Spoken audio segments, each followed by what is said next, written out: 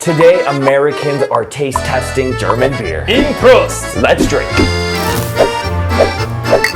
First up, we got Warsteiner. We're gonna struggle with these. Yeah, don't hate us if we say these messed up. I already barely speak English. Warsteiner. So this is 4.8% alcohol. And actually, it was kind of crazy. When you look at the back, it actually says the ingredients. Right, I was looking at that. It's pretty damn simple, too. So before we drink these, do you know how German beer was actually made, Jason? No, I have no idea, man. German beer was actually created by monks.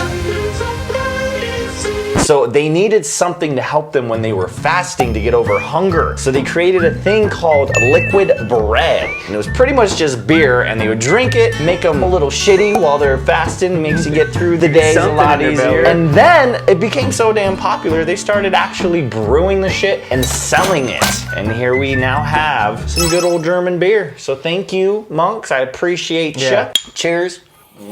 That is crisp. After this video, I think we might change up what we drink. You know, shopping for these beers, I was like, whoa. Don't get me started on that. I hit him up, I'm like, hey, can you go grab some German beer? He's like, yeah, I got you. I only found 3. He gives me the 3. They're not even German beer, bro. Like, at all. It was like, produced in America. It was like Busch Light, bro. It's German writing. And for those of you who are here your first time, one is best.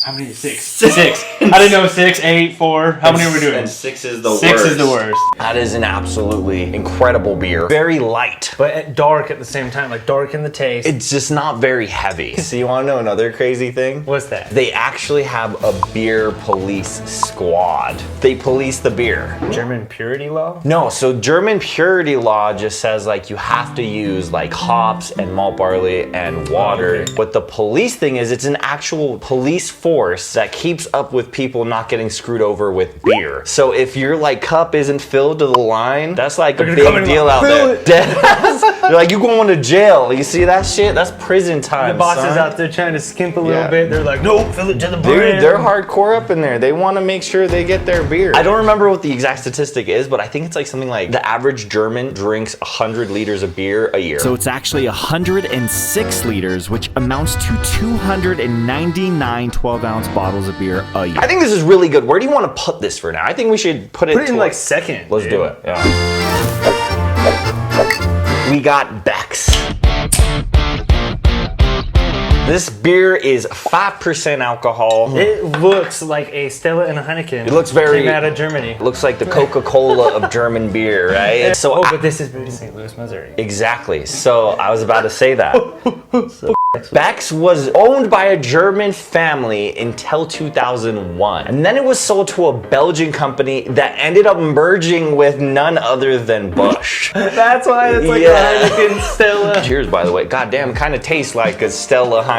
It does. I mean, it tastes good. It's light. I definitely think this one is much better. Yeah. This tastes like an American beer almost. I think we should put it 4. Yeah? Yeah, let's there do we go. Let's do Becks takes number 4. Let's do the next German beer. Next up, guys, we have Warsteiner Bach. Bach. So this actually started in 1909 in Texas, so not in Germany, but by a bunch of Germans and Czech people who were just super homesick, so they decided to make their own beer. Super smart, sell it to all the immigrants coming over at that time. And then in 1915, they actually sold it to the biggest, oldest German brewing company in Texas. They sold it to Spotzel. Oh, Spotzel, the good one. Yes, it smells dark. It does smell super dark. It's gonna be something on that aspect. Oh, that's actually really good. It tastes kind of like this one, but I feel like it's almost a little bit lighter. I think it might be heavier. You're right. I think the other one tastes a little bit better. Putting Becks in 3rd, Warsteiner takes 4th. Let's do the next beer. We got Carlsberg Pilsner. It's older than my grandmother. 170-year-old Pilsner, and it's one of the leading breweries in northern and eastern Germany. Crack the sucker open. I do have a few very crazy things to tell you about these suckers. They kind of revolutionized beer, actually. Well, this can just... Oh, it don't taste like they revolutionized it, though. Why does that taste so dirty? Whew. That tastes good, bro. That tastes like beer with a shot of vodka in it. Yeah, it tastes good. I don't know if I like this. It just tastes like vodka and beer, but like Bud Light beer to me. I hope you guys don't hate me for saying that. Well, she's definitely gonna hate me. What's funny about this is it also says probably the best beer in the world. Probably not. We gotta get your brain out of the American beer. You're like, this doesn't taste like a White Claw. Next April Fools, I'm gonna be like, hey, I got beer from this random country, and I'm just gonna put like piss in each one of them, and then you're gonna drink it and be like, of course it tastes like piss, but that's because you're thinking about American beer. Yo, what are you listening to? Platinum Be Love. Haven't you heard of him? Oh yeah, are you listening to his new single off of the upcoming album Rough Draft of Love? Hell yeah. That is a banger. Have you heard this one? I don't know nobody, don't see nobody. My niggas stay up in the club, like Lottie Dottie. Me, I'm in the studio dropping tracks to show you I got it. If you guys haven't heard of this dude, you gotta check him out. He's a personal friend of mine, and he's got some fire-ass music coming out of Houston, Texas. You can hear it all at pblmusic.com, and I'll also put a link in the description below. Let's get back to the video. Oh my god, okay, I don't love this personally, but I do want to tell you a couple cool things about it real quick. They revolutionized the beer industry in 1883. So they successfully isolated the pure strain of lager yeast, ended up making it like a way better beer apparently. And what's crazy, instead of keeping the secret, they shared it with breweries around the world so we could all have a nice high quality Golden Musk, vodka piss beer. By the way guys, it is so hard to get German beer over here. I'm thinking about driving out of state just to get more for another video. Leave us in the comments some good German beer names, and make sure you turn on your notification bell. We do videos like this every single week, and I don't want you to miss a video. What do you think of this? So I feel like this one, even though it does have like a little more organic taste, organic taste. yeah, that's the nicest way to say it, I guess. You know, the thing is about it though, the more you drink it, I think that's any alcohol product. So at this point, I had to go on a spiritual journey trying every single beer blind, and here are the new awakened results. Becks almost tastes dirty. I was gonna say, no, taste it. I really feel like the Shiner Bach and the Weinerschneiser are on a different ball game than the Becks and the Carlsberg. 100% agree. This is better than Becks. I actually think we should move this to first for now. And let's put this right here. And then fold that in the back. I think they get a minus point because you can't pronounce the name. But they innovated, so. But they did innovate, fuck. But they taste like piss, so fuck that. Fuck that. We don't give a shit. Fuck you. Fuck you. Next beer.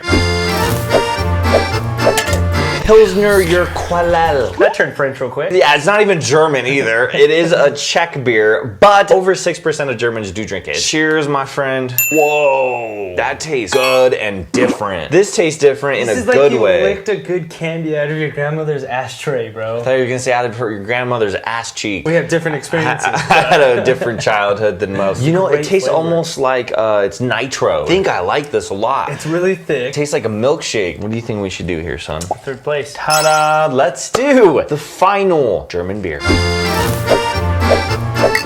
We do have Fröhlich Pils, which sounds extremely German. It is made here though, in good old Utah. Made though using German techniques. This smells like a leather boot. That's it. His tastes so good. He just really wants Red Rock to sponsor us, I think. I don't know. I'm gonna let you make the ranking on this purely because I just don't give a shit. So I feel like it's gonna go like this, man. I don't agree. You think Never Becks mind. and these are better? 100%. This guy ain't putting a beer made in Salt Lake City on German beer. None of these are imports. Well, I think this is the lineup, folks. I hope you enjoyed this episode, and remember, stay boozy. Let's get boozy.